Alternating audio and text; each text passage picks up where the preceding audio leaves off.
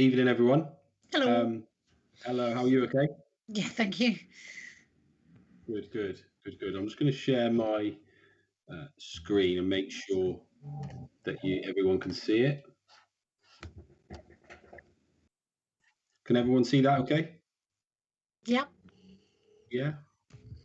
Great. Well, first of all, thanks ever so much for joining us. I'm here with Anton, who's one of my colleagues at Inside Out Support Wales, and we're going to try and talk you through the exciting world of personal budgeting. But hopefully it'll be helpful in just giving some pointers really on how to get a budget in place, and then how to kind of use it to meet some of your longer term financial goals. Feel free to ask any questions as I'm going along. Be more than happy to answer them, as with Anton as well. It's going to be very much kind of an interactive session. I've been told to kind of say that it is being recorded, so just so we can use it for in the future. But yeah, as I say, feel free to ask any questions. I'm a self-employment mentor at Inside Out Support Wales, so I work with ex-offenders who are looking to kind of predominantly go down the self-employed route, and personal budgeting is kind of a big part of that if you're planning on kind of starting a business and budgeting for that. So Anton, I don't know if you wanted to say a couple of things. Yeah, well, I volunteer at Inside Out Wales. I also help mentor for young people, and I'm going to give you a bit of life experience on how, since I made the transition of coming out of prison, how to budget your money really, and how all this stuff works really.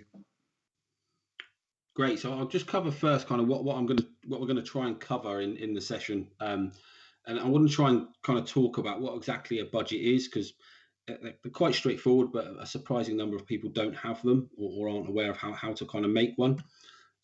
Why it's so important in terms of helping you plan for the future, how you might want to think about preparing one and starting to kind of categorize your spending each month, tips for sticking to it. So it's great to have one in place, but the real value in it is making sure you're reviewing it, sticking to it, updating it as your circumstances change.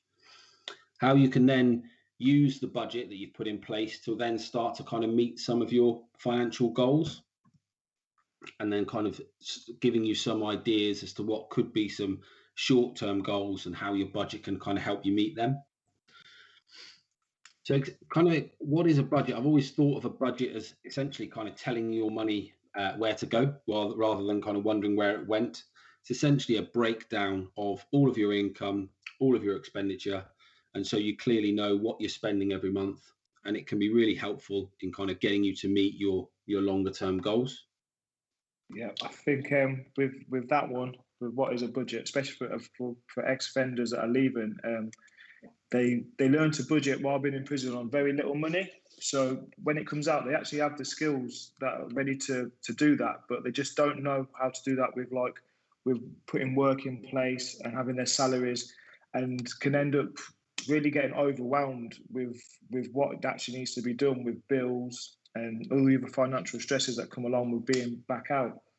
And I think just being able to identify what a budget is really helpful. It's been very helpful for myself, and it's helped me make the transition into being financially stable. And it's something that, to be honest, you're not actually taught, and it's a big factor in helping you transition back into society. Yeah, great. Cheers, Anton. And then just building on that, really, kind of why is it so important? It lets you know where you're spending your money, which a lot of people kind of don't know. It keeps you organized, which is a big thing. If you're trying to kind of progress, start a business, move forward with your life, having a budget in place is really important, because it keeps you organized and keeps you focused. If you've got some short, medium and long-term kind of financial goals, it can really help to reduce your impulse buying and kind of wasting money really on unnecessary spending. Excuse me. It really helps you start to kind of plan for the future, which is really important if you're starting a business. A start of kind of the planning for starting a business, you need to be thinking about, well, where do you want your business to go? And it's a similar thing with personal budgeting, in terms of making sure you know where you're trying to get to and how you can use your income to get you there as quickly as possible. It really can help reduce stress and increase your mental health. So financial kind of stresses are one of the biggest contributors to poor mental health. So if you feel on top of your money, which a budget can really help you do, then it kind of reduces your anxiety around money and can kind of start to help you think about, if you feel in control of something, you're more kind of willing to use it to your advantage. And then it helps you kind of see what is and isn't achievable at certain stages. So if it isn't achievable, you can kind of get a good idea of what you need to do to make it achievable. But it also can be quite motivating, because you can see, well, if I start to put a budget in place and plan for the future, some really exciting things could be achievable further down the line. I think an example for this would be, in a sense, say there's a pair of trainers that you'd like and they cost £100, and you say your wages are £250 a week. The reality of you going to buy them trainers straight away is going to leave you short, and you won't be able to afford to live and pay your bills. But if you saved up £10, say, for 10 weeks, then then you could afford that. That would be affordable, and it could be in your budget. So it's just really being aware, really, like how budget can help you get what you really want, as long as it's, you make it realistic and affordable and stay in line.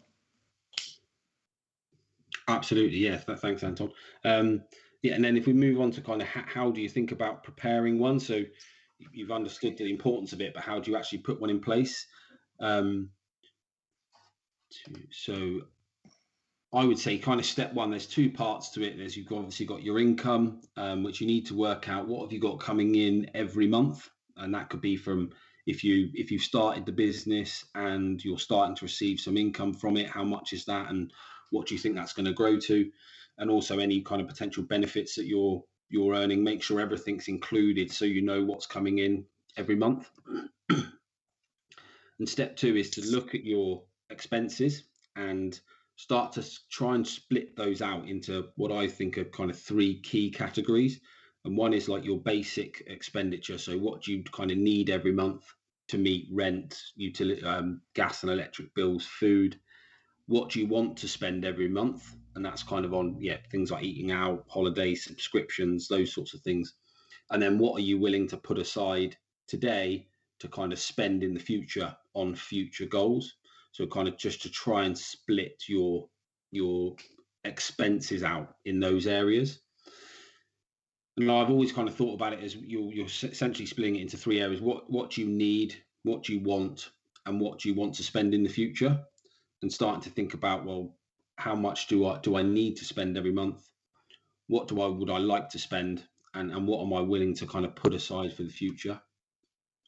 And a sensible place to aim for, and it might not be achievable on day one, but a sensible thing, target would be to kind of be spending 50% of your income on your basic needs, 30% on what you want to spend, kind of the luxury or discretionary spending, and then 20% you're able to set aside to meet future goals and aspirations that you might have. And that's a sensible starting point, I think. If you can get to that point, that's a great place to be. Yeah, I think that's definitely good numbers there, and it helps you. You need that safety blanket as well with savings. I found it myself when I've come out. It's helped me no end, where I've had a van that I use for work, and if I hadn't saved money up every time it needs to go into the garage, I'd be under financial stress, which, as you said earlier, wouldn't be good for my mental health, and that can have a very bad effect on all the other factors in my life. So just using that simple thing there as basics, luxury and savings, can just save you so much stress. Really, it just takes it all away from you, and it is very simple, and it is hard to do, and it's a discipline, and it's not one that you can just do one off. You have to consistently keep it up, and I think that's the key to it. If you can consistently keep this up, it will make your life a lot easier. Yeah, no, absolutely. Yeah, and that's a great way of explaining it, really. I've always thought about it as budgeting is fairly simple to put in place, but quite hard to stick to on an ongoing basis. But if you can manage to do that, and giving yourself 30% of your income every month to spend on what you want to, that can kind of help you keep it going, because you're not kind of saving every penny and sacrificing too much of the here and now, but you've got one eye on the future, which is great. I've just kind of put together an example. Really, I always kind of find examples quite helpful in terms of what it might look like. And I've used kind of the good old Excel to do it, but you can use a pen and paper. You can use anything you want, as long as it's it's written down. I think if it's written down, you've got much more chance of sticking to it. If it's in your head, it's just going to become a bit hazy. So definitely write it down would be my advice. As to how you do that, it's entirely up to you. But what I've kind of come up with is just like a fairly typical budget, really, of how you may want to split it down. So we've got the kind of monthly bills, which are your standard kind of rent, mortgage, phone, internet, all those sorts of things that you're kind of going to need month to month. And then if you've got any kind of loan repayments or credit card repayments as well. And then on top of the kind of the bills, you've got the essentials, so food, transport. There could be other things in there as well, but they're kind of the main two. And those two areas make up your kind of basic spend, what you actually need to have every month. And then you've got the monthly discretionary kind of here, which is made up of like eating out, hobbies, those sorts of things that kind of make life more enjoyable, but aren't necessary. If you absolutely had to, you could cut them out. And then in terms of savings, it's kind of how much are you saving out of that income every month. And one of the things I kind of say is when you're starting out on the kind of budgeting and starting to put your personal budget in place, it might be at the start you don't have anything to save. Obviously, everyone's kind of financial situation is different, and there's no kind of right, you need to be at this point straight away. But it's more thinking, well, where do I want to get to, and what's a target of where I want to be in the future. So if you look on the right, you've got kind of splitting it down into bills, essentials, which kind of you really want to try and get that between 40 and 60%, and then discretionary, as I say, between 15 and 25, and savings the same. So that's kind of a good starting point, really, in terms of how to put together a basic budget that's going to give you a really good handle on, well, I know how much is coming in and I know how much is going out. Yeah, I think it's a very good way to keep track. I've done a similar thing myself when I got out. I wouldn't say I was the best at budgeting at all. Very sometimes irrational with spending, impulsive shopper. So when I was released, I knew to get on track and to be able to afford a van and do certain things, I had to be very tight with my money and not go out and buy, I suppose, what we call luxury items, and be very choosy. And when I've got new trainers and eating out, and be very mindful of all these things. And slowly, by budgeting, you can start adding to what you can have. So you can go and afford a pair of trainers at the end of the month because you've saved for 3 months, and you know this because you're keeping track of what your outgoings are, and it just helps so much. And for me, writing things down on paper is such a better thing because you've got so much else going on in your mind that it's just better to be a lot clearer with it, and you can actually see it and see how it changes and how much you're saving. And obviously with online banking now, it just makes things a lot easier as well. Yeah, absolutely. Yeah. And I think that revisiting it every month is really important, because you'll have like fixed expenses. You have like fixed and variable outgoings, and your fixed don't tend to change, but your variable spend can change quite a lot month to month. So I wouldn't say, my opinion is you wouldn't need to be doing it every single week, but at least once a month, just reviewing it and thinking, right, this is what I thought I was going to spend and this is what I've actually spent, is a really helpful way to kind of keep on track and keep monitoring it. In terms of kind of just some tips to stick to your budget, because I think once it's in place, you get that initial kind of motivational point of, right, I've got it in place, I know where my money's going, I know what I can set aside each month. But that motivation can kind of deteriorate over time, and it can become easy to kind of let it slip, basically. So I would say a big one I've kind of seen work is if you delay any big purchases. So if you're going to spend kind of, and what I would tend to define as big would be kind of over 20% of your kind of income for the month. That would be as a starting point, as a rough guide. But if you're going to spend that level of money, just sleep on it, and it helps to reduce kind of impulse buying and walking past something and thinking, oh, I like that, I'm going to buy that. Whereas if it's a big expense, you really need to think, well, do I need it, and how much do I want it, really? And then kind of think of yourself first. So if you can, and if you're in a great position of having some income coming in and you've got more than you need, try and kind of set aside your savings relative or straight after you've been paid or received some income, because then you're not kind of waiting until the end and kind of saving what's left over. You're being a bit more intentional about it and thinking, right, this is how much I need to save, so I'm going to make sure that's saved and kind of spend the balance, basically. And if you have any left over, that's a bonus. And it works well with big expenditure as well. So if you're trying to kind of connect it to the hours that you have needed to work to earn that money to buy something that you want to buy. So if to take Anton's example, if you need a new pair of trainers and they cost you like 100, 150 or £100 or whatever, if that's what you're earning a day, then you kind of think, would you be willing to go to work tomorrow for the whole day to have those trainers? It helps you kind of equate the hours that you're putting into the expense that you're kind of going to spend, basically. Yeah, really good way to look at it, to be fair. Yeah. If you think about that, it will definitely stop your impulse buying. If you've got to do a hard day's graft just for a pair of trainers, it puts it into perspective, really. Yeah, I think it's just kind of tricks to play, not tricks really, but just ways to remind yourself of, I am actually working really hard for this money, and it's kind of making sure that you're spending it in the right way. And just celebrate when you do reach a goal, because you're going to reach them. If you stick, I'll guarantee, if you put a budget in place, you know what your goals are, and you're determined with it, and you stay on track, you will reach goals, you will achieve things. And money's kind of in and of itself is relatively useless, but it's what it enables you to do. So if it enables you to kind of meet a goal, when you do manage to do that, celebrate it, because that will kind of motivate you to do it again. Yeah, just remember the reason why you're budgeting.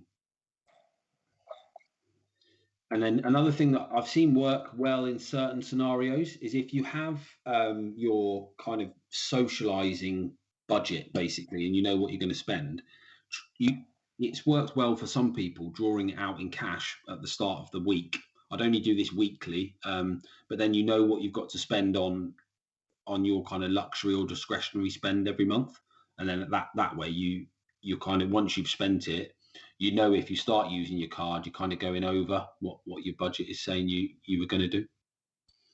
Yeah, I think that's a very great skill to use. I think it just gives you that limit then, doesn't it? When you know the cash is actually gone, or maybe you can transfer it into another bank account and only use what you've got on your certain card. I think that's a great skill, because it's so easy to, especially if you're out socialising and you're eating and maybe drinking and stuff, it's so easy just to go over and just think, oh, why not just one more drink, or get an extra bit of food or whatever, or we'll go out an extra night or something. It's very easy to do, so it's a good good skill.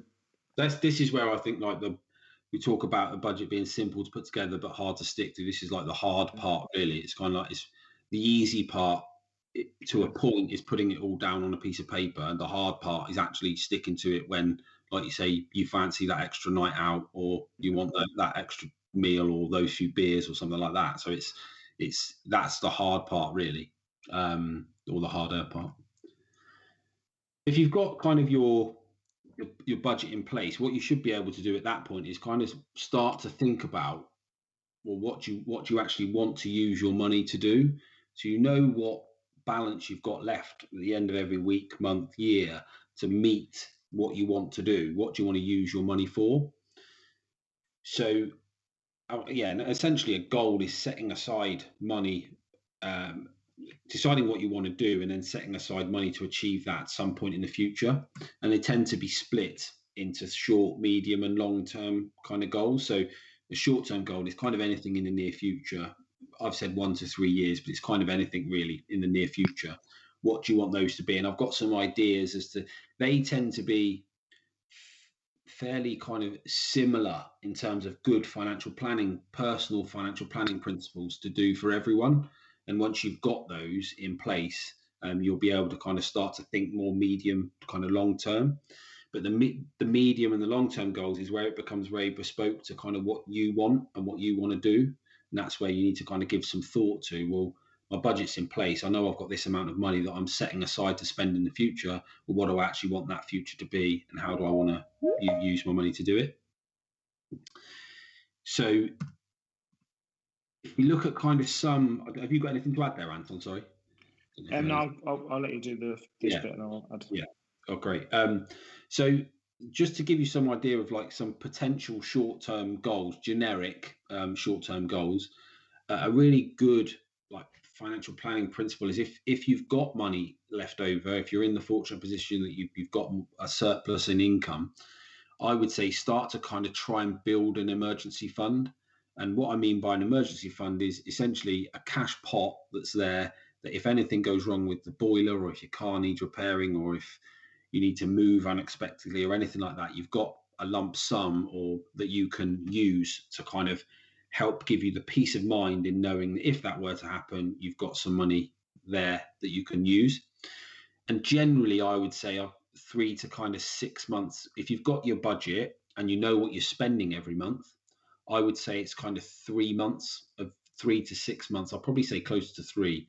3 months of expenditure is probably a suitable amount to kind of have a goal to aim for. If I want to get that in an emergency fund. If you've got any credit cards, if you can, if you're being charged interest, if you've got a credit card, the likelihood is you're going to be being charged quite a high interest, unless you're on a 0% kind of rate for a while, but that will end at some point. So you really want to think, well, how can I kind of clear those as quickly as I can? And that's going to obviously reduce the interest you're paying, but also going back to the mental health point, if you know you're kind of writing down your debts over time, that's going to really help you feel more in control of your money as well. Exactly the same with loans. So I won't cover it again, but exactly the same principle. And then your credit profile, which is something that not a lot of people, from my experience, really are aware of, but it can have big implications for things like if you want to move into rented accommodation, they might run a credit search and they will check your credit profile. So there's agencies out there such as Equifax and Experian. There's a good one called ClearScore as well, which you can sign up. That's completely free. It's online, and you can get access to your credit file. And what that enables you to do is it gives you a score, and it also looks at things like, have you missed any payments in the past? Are you on the electoral roll? All the things that if you said, right, I want to go and rent a house, or I've saved up, I've met a goal, I want to try and buy a house now. Anyone that's going to lend you money will check your credit profile. It's something you can do. You don't need to set aside any money for. It's completely free, but it's really going to kind of help you in the future if that's all up to date. And then just kind of start to save, which is a very, very simple, but just get into the habit of doing it, even if it's a very, very small amount. Just get into the habit of moving money aside to spend in the future. We kind of live in an environment nowadays where people earn £100 and spend 110, and it's kind of trying to reset that mindset to spending 90 and earning 100. And that's why I would just start to save, even if it's a really small amount to start with. But there's some really good kind of short-term goals, really. Yeah, I think especially going back to talking about credit, what's coming out when you're released, when you're a prison leaver, I think the percentage of people having good credit will be very low. The people won't be having good credit at all. If the numbers were done. Myself, I didn't have good credit when I come out. I didn't have a credit card.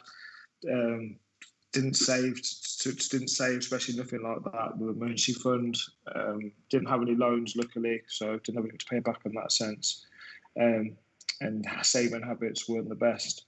So coming out and being financially stable through employment and working and getting that structure, obviously continually working, started to pay bills, having debits to pay. So then my credit built up. Learned about Experian, like you just talked about. Started checking my credit check, which unfortunately was really low.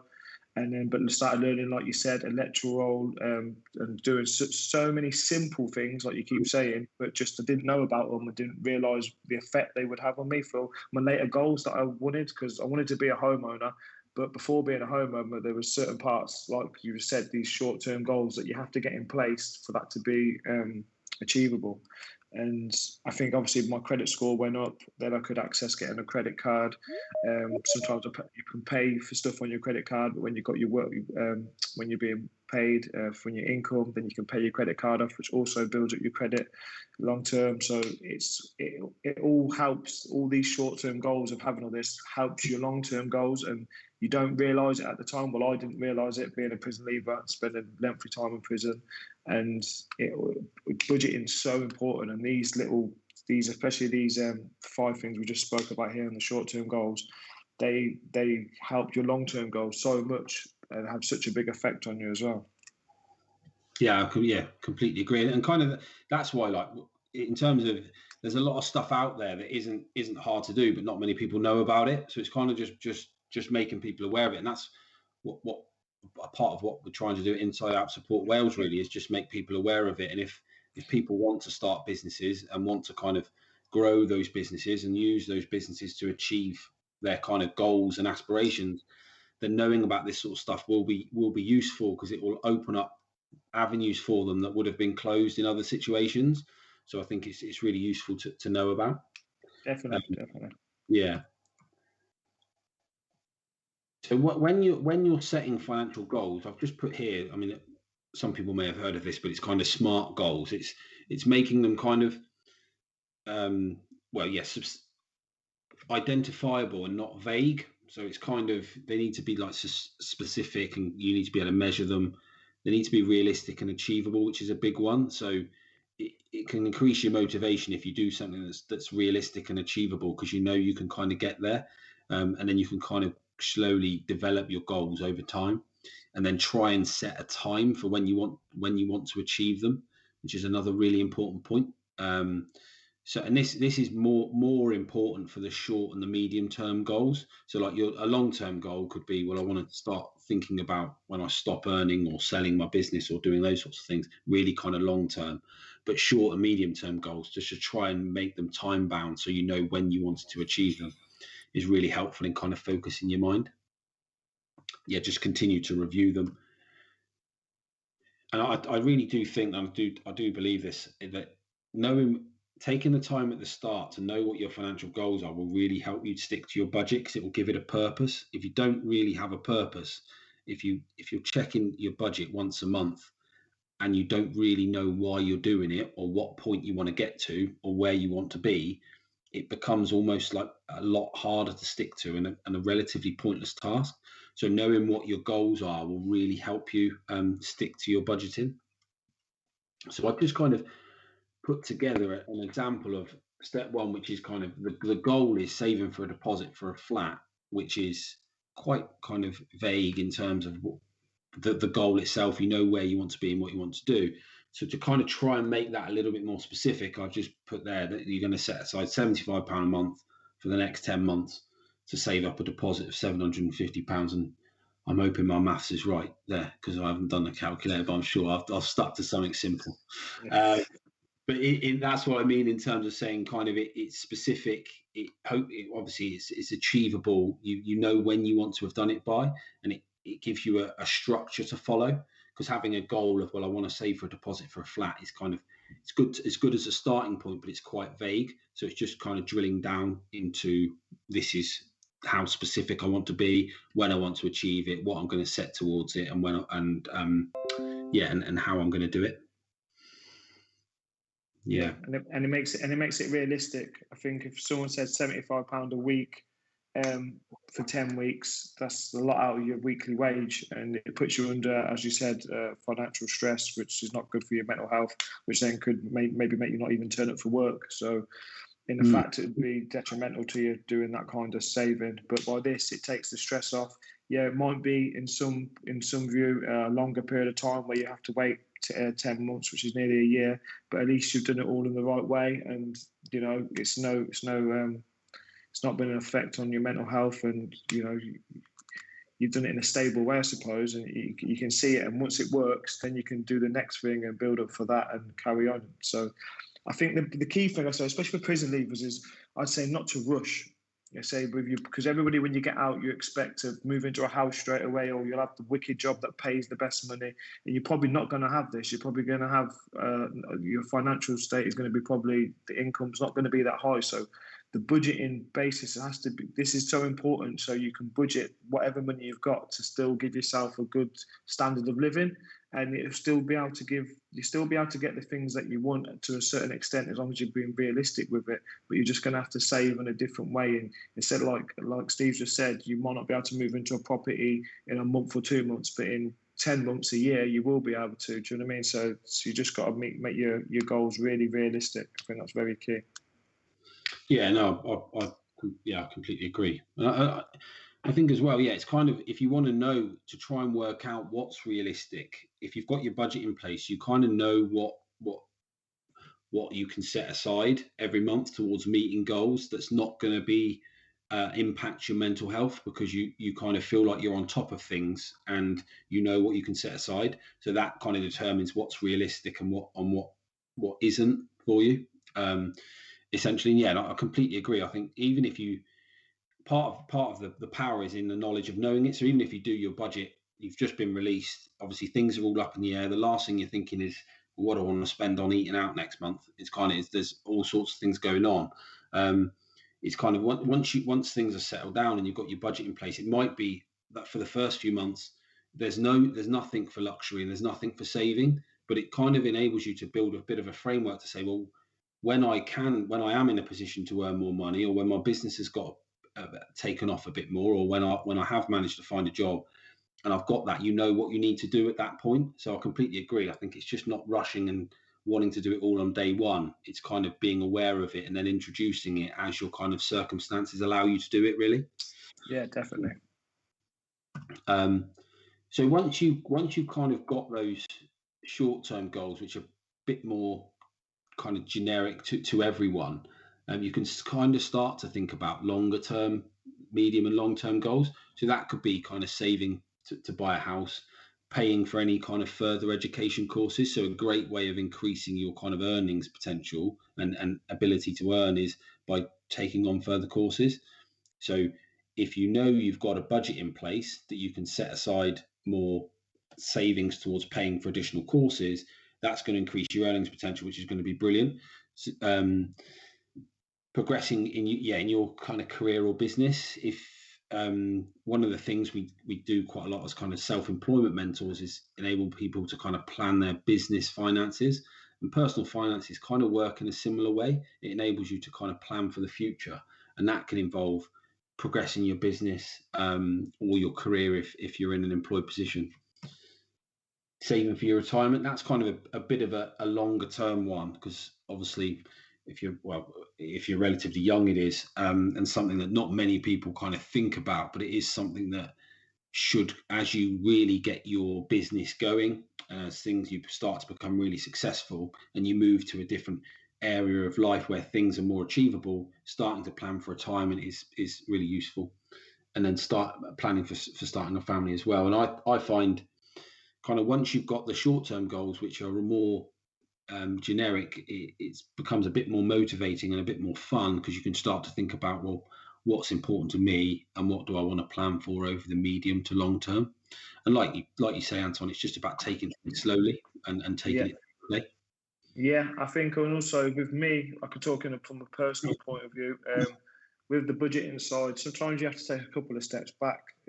Sometimes it's not good for your ego, in a certain sense, being a 36-year-old man. But I was living in a rented apartment, and I want to be a homeowner. I was reality kicked in, where I knew I wouldn't be able to save enough money while I was renting, and to save up to try and buy a house.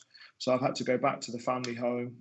Look, I'm very fortunate that I've got a good network support, like some prison leavers don't have, and I've been out for a few years now, so I'm financially stable, thank God. But some people don't have that. But if you can, I would try taking 2 steps back. Maybe is not a bad thing if it's going to help you move forward. Do you know what I mean? So sometimes, like I said, be patient, especially when it comes to your budgeting and your finance. Don't put financial strain on yourself when it's not needed, because obviously it's not good. It's not good for your mental health, and also it's just not good for you. So just take your time. That's the best advice I can give on that sense, because all these things are achievable, buying your own house and doing all the stuff that's above, but you have to just get your goals in place and be realistic with them. Absolutely, yeah, no, I agree, and that's kind of what we're hoping to do at Inside Out Support Wales is help people along that kind of journey, really point things out to them, help them get to where they want to be in the short term, medium term, and kind of the longer term, really. Yeah. So that's kind of it from me in terms of budget, an introduction into personal budgeting and how you can use it to kind of link it towards your financial goals. Feel free to ask any Anton or myself any questions at all, but hopefully that's been helpful for you guys. Yeah, I hope you enjoyed it. If there's any questions you'd like to ask about anything that can help, feel free. Yeah, many thanks for that. I sort of signed up to do this really to sort of support my clients, because I work with female prisoners who are due for release, and we also give them some post-release support.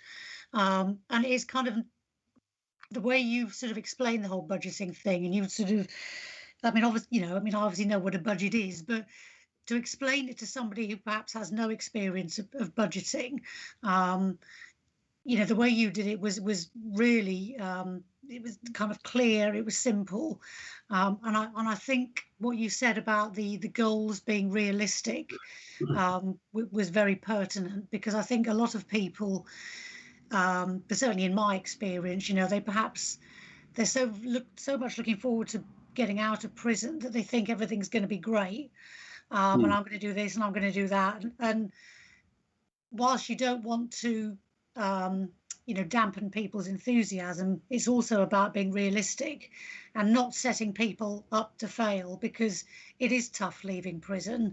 And if you're sort of applying for benefits and then negotiating all that, and having to save up for rent and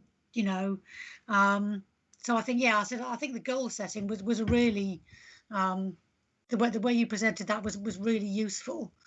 Oh, good. I'll certainly be using that with my clients. Yeah, and that's where I think kind of a budget in and of itself can be.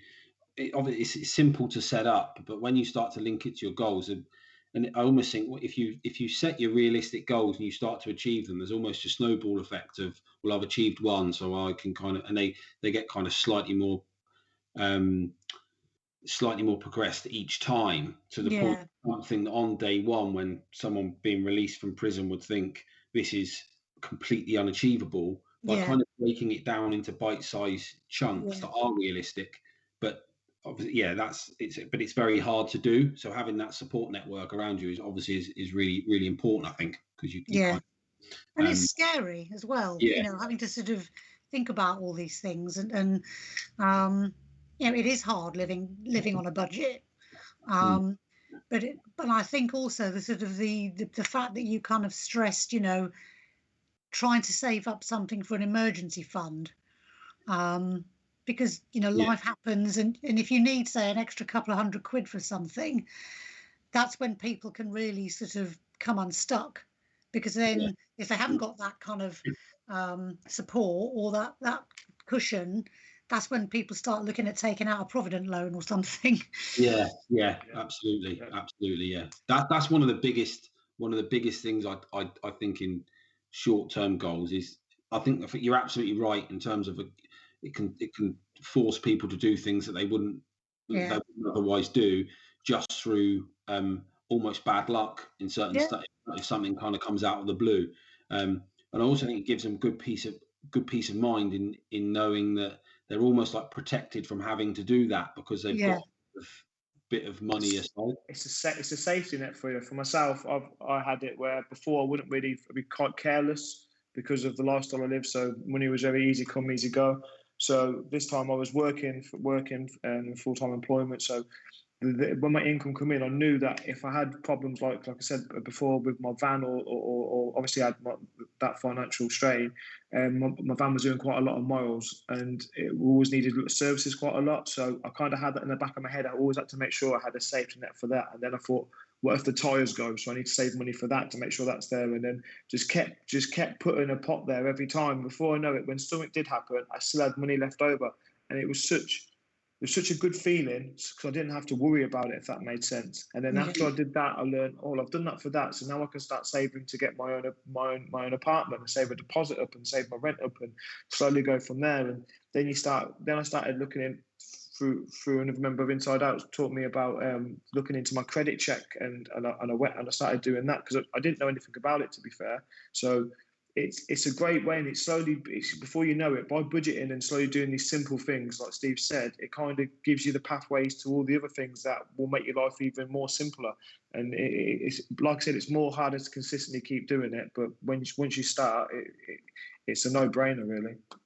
I mean, it's boring. Yeah. I think that is the problem. And for people that are prison leavers, unfortunately, hopefully not stereotyping the majority, but it's something that's put to the back and looks like something that don't really want to be doing, paying bills and budgeting to a certain extent. But it's so important to get your life on a stable structure to your life, if that makes sense. And it's been a big factor in how I've made a transition to the way I live now, and I know it will help all prison leavers. It's something that you need to do to get stable, really. It's like I keep saying, it's a no-brainer. And I think a lot of people find it very frightening dealing with money, so they don't. They let the bills pile up and the envelopes don't get opened. And then because it starts this great big elephant in the room. I completely. I think there's still so much anxiety and apprehension around talking about money. I think it's almost like people are more willing now to talk about their kind of mental health than their. I think so. And I think because everything with me, I've spent quite a long custody.